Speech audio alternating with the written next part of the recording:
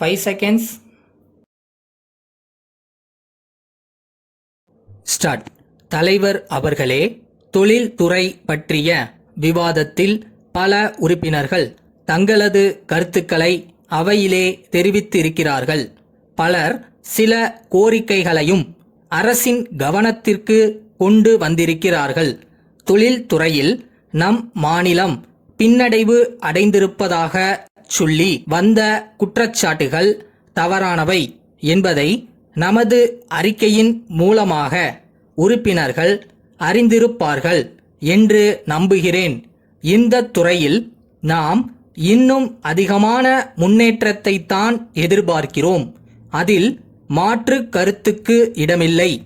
அதே சமயம் நாம் தொழில் வளர்ச்சிக்கு பல வகையில் ஆக்கமும் ஊக்கமும் அளித்து வருகிறோம் என்பதை சுட்டிக்காட்ட கடமைப்பட்டிருக்கிறேன்.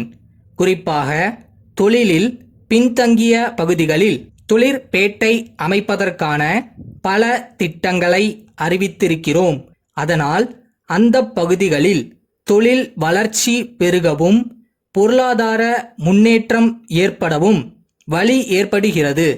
பாமர மக்கள், படித்த இளைஞர்கள் மத்தியில் வேலை வாய்ப்பு அதிகரிக்கும். நல்ல அறிவுத்திறன் பெற்றுள்ளவர்கள் வேலை தேடி வெளிநாடுகளுக்கு செல்ல வேண்டிய அவசியமும் இனிமேல் இருக்காது. சிறு தொழில் முனைவோர்கள் தங்களது தொழில்களை சிறு தொழில் வளர்ச்சி கழகத்தின் வளாகத்தில் ஆரம்பித்தால் பல சலுகைகளை அரசு வழங்க தயாராக இருக்கிறது என்பதையும் தெரிவித்துக் கொள்ள விரும்புகிறேன். அரசு சார்பாக வெளிநாடு சென்றிருந்த போது அங்குள்ள இந்தியர்களை அழைத்து பேசினோம். குறிப்பாக தமிழகத்தில் தொழில் தொடங்குவதற்கு பலர் தயாராக இருக்கிறார்கள். இங்கே தொழிலாளர் பிரச்சனை இல்லை. அமைதியான முறையில் தொழில் வளர்ச்சியடைவதை அறிந்திருக்கிறார்கள். அவர்களுக்கு தேவையான மின்சாரம், உரிமங்கள், அடிப்படை வசதிகள் ஆகியவற்றை அளிப்பதற்கு அரசு உத்தரவாதம் கொடுத்தால் போதுமென்று சொன்னார்கள். அதை பற்றி கவலைப்பட வேண்டாமென்று சொல்லி அழைத்திருக்கிறோம். அவர்கள் தமிழ்நாட்டுக்கு வந்து பல தொழிற்சாலைகளை நிறுவுவார்கள் என்று நம்புகிறோம். அயல் நாட்டு முதலாளிகளுக்கு அதிக இடம் கொடுப்பதால் நமது உள்நாட்டு தொழில் முயற்சிகள் பாதிக்கப்படுமென்ற கருத்தை இங்கே எடுத்து வைத்தார்கள். மத்திய அரசு தாராளமய கொள்கையை அறிவித்ததே நம் நாட்டில் தொழில் வளம் பெருக வேண்டும் என்பதற்காகத்தான். நம் நாட்டிலுள்ள தொழில் முனைவோர் மற்றவர்களை விட அறிவிலோ ஆற்றலிலோ குறைந்தவர்கள் அல்ல என்பதை நாம் அறிவோம். மற்றவர்கள் வருவது இங்கே இருப்பவர்களுக்கு போட்டியாக அமையும் என்பதை விட உதவியாக வளரும் என்பதை ஆராய்ந்து பார்த்துத்தான் அரசு செயல்படுகிறது என்பதை தெரிவித்துக் கொள்ள கடமைப்பட்டிருக்கிறேன். வெளிநாட்டிலிருந்து வருகிறவர்களுக்கு வழங்கப்படுகிற வரி சலுகைகள் போன்றவற்றை இங்கே உள்ளவர்களுக்கும் அளிக்க வேண்டுமென்று கேட்கப்பட்டது. பொதுவாக சிறு தொழில்களுக்கு அரசாங்கம் காட்டுகின்ற சலுகைகள்தான் அவர்களுக்கும் அளிக்கப் போகிறோம்.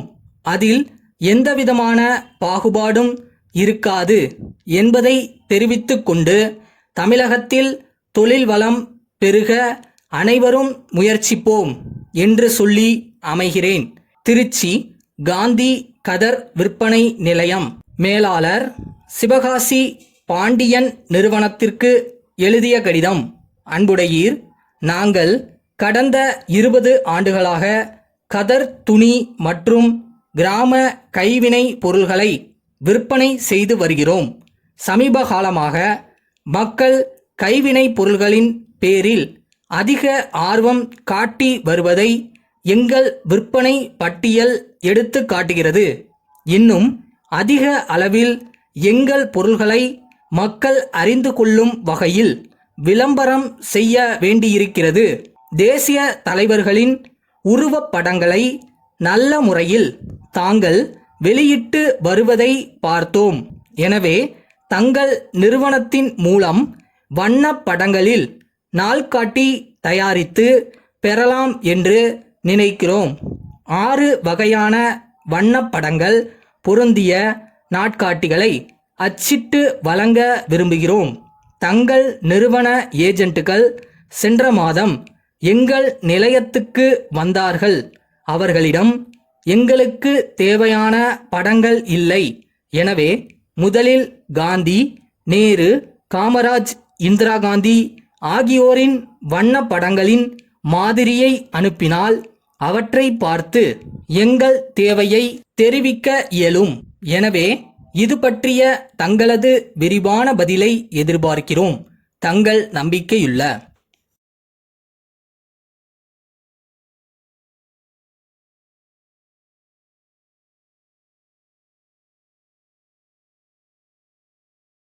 இந்த அச்சீவ்மெண்ட் அப்படின்றலாம் பெரிய விஷயம் இல்லை. உழைச்சா போதும், கண்டிப்பாக நடக்கும். அது எப்படி நடக்கும்லாம் தெரியாது. அது ஒரு மேஜிக் மாதிரி தான்.